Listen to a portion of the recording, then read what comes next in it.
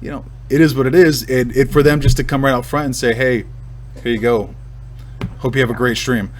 And literally, majority of my sponsors are actually athletic companies because a lot of companies recognize me as an endurance athlete on dance video games, an extra gamer. So I've never been a huge draw with the gaming community with having a lot of sponsors with them. So in the past, but so literally it's like Subway's always been a major supporter with me, and Noon Hydration, Zenith compression socks, things like that. And so it was really nice for me to finally see the love and support from the gaming community after 15 years. It was exciting. I've been doing this for 15 years, so it felt good. It felt really good. I was like, yeah. It's like, that is actually a pretty good achievement. You actually brought the gaming world along the side of the athletic world, and kind of like they all came together for this achievement.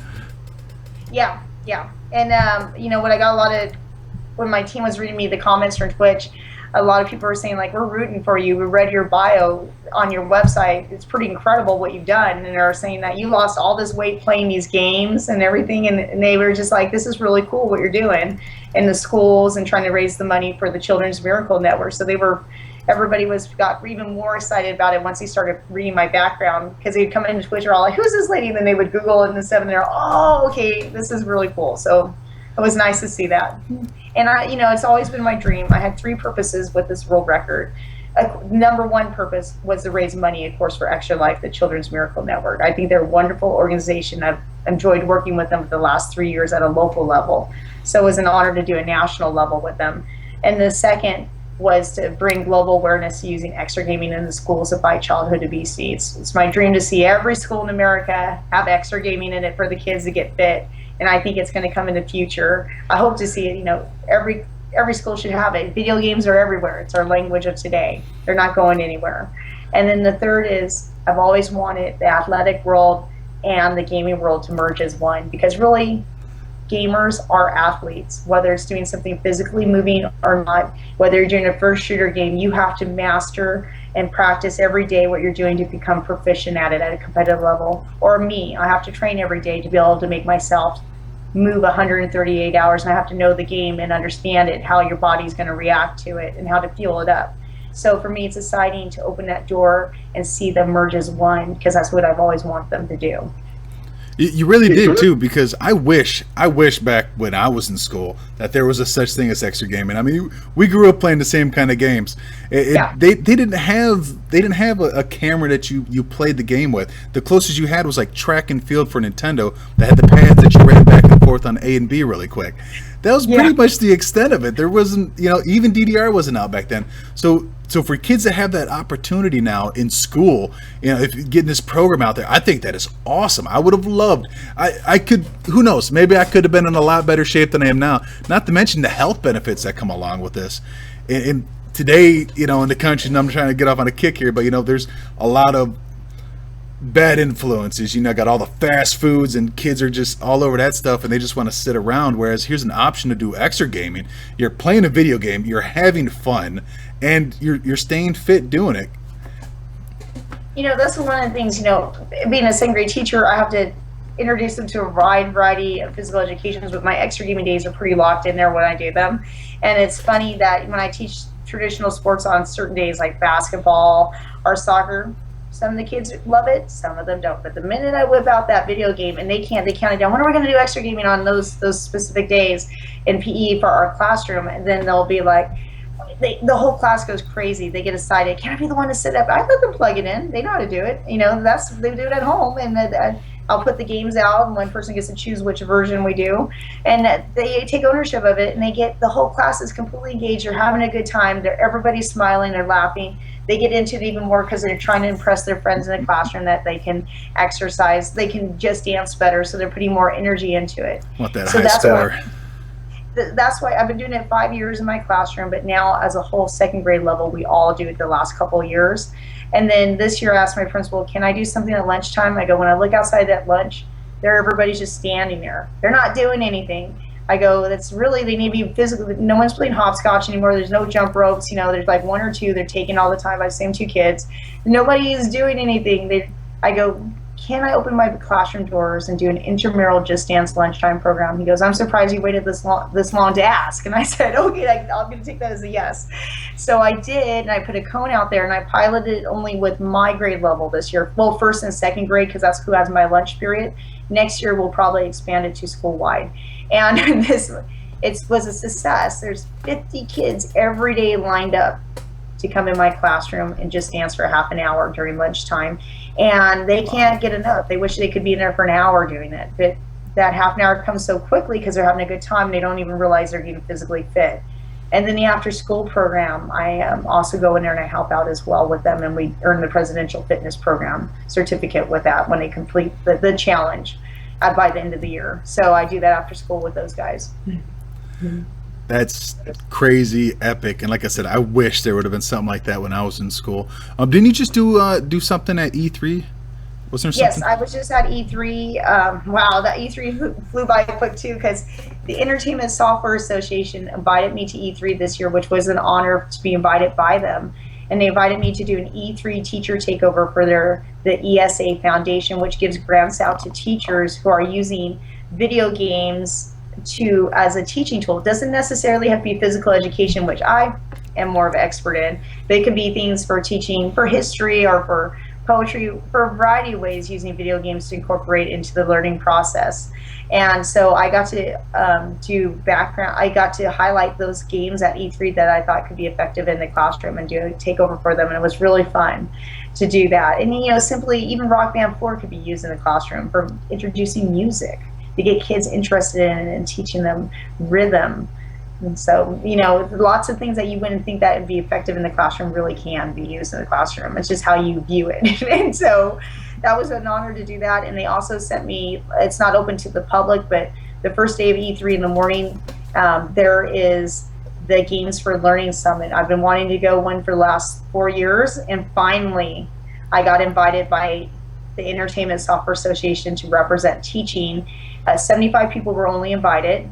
They had the Department of Education there, the person from the White House for Education, variety of people from Xbox, PlayStation, Ubisoft, different publishers there, Leapfrog, all kinds of organizations, and it brought a few teachers there that are actually using the classroom gamings, and we got to talk about how we can use gaming in a more positive way. How can we get it more into the school systems, and how the publishers and teachers can work together in the educational system. It was really an honor to be a part of that, to get a national dialogue going and be a part of that. So, and then at E3, I got to go to a few more things with the Entertainment Software Associations to meet people and talk about what we need to do in the educational system, how we need to work together to get these things in there. So, and to be an educational expert with video games is pretty an honor after all these years.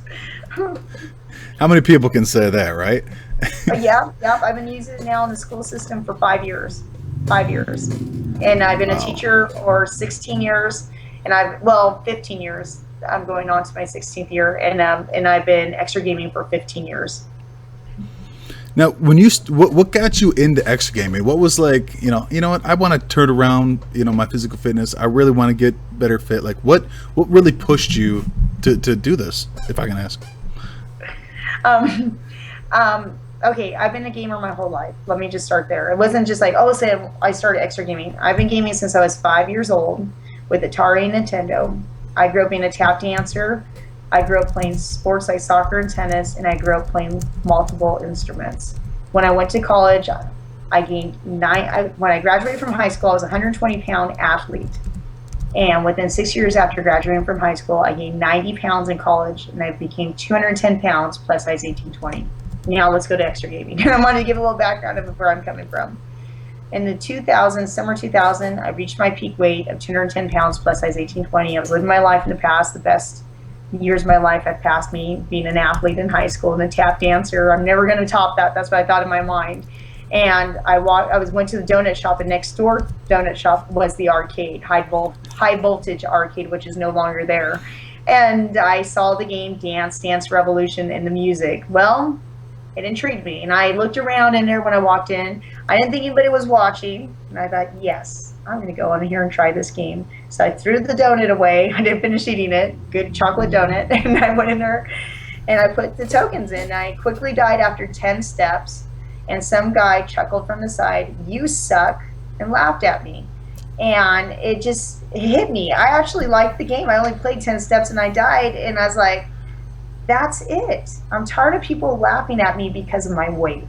And I liked the game. There was something about it. I had this instant connection, the music. Like I said earlier, I grew up playing music, being a gamer, being a tap dancer, and it seemed like everything that I loved was in that game. And the athletic part of it, I loved being athletic, and I liked the challenge. Oh, he's got your DDR mat. Too cool. And so I enjoyed all those things, and I had that instant connection with that game, and I was like, that's it, I'm done with it. And I was staying with my mom because I just graduated from college until I got a full-time job, permanent, in my own place, moving, because I went to UC Santa Barbara for college. And my mom kept all my trophies from my sports and all my scholarships and awards in the hallway. And she goes, "What's wrong? You look like you're upset." I said, "Some kid just laughed at me because I died in the arcade playing Dance Dance Revolution." And I said, "I'm upset." Right? I went in the bathroom and looked at myself and I said, "This is it. I'm going to come back. I'm going to take third place in the local tournament. I'm going to show this kid I can play it." And so I dreamed that I could take third place. I never thought I could. I didn't think it was become reality, and it kept going back day after day after day, practicing. 9 years later, I finally took third place in a local tournament. I was 33 years old.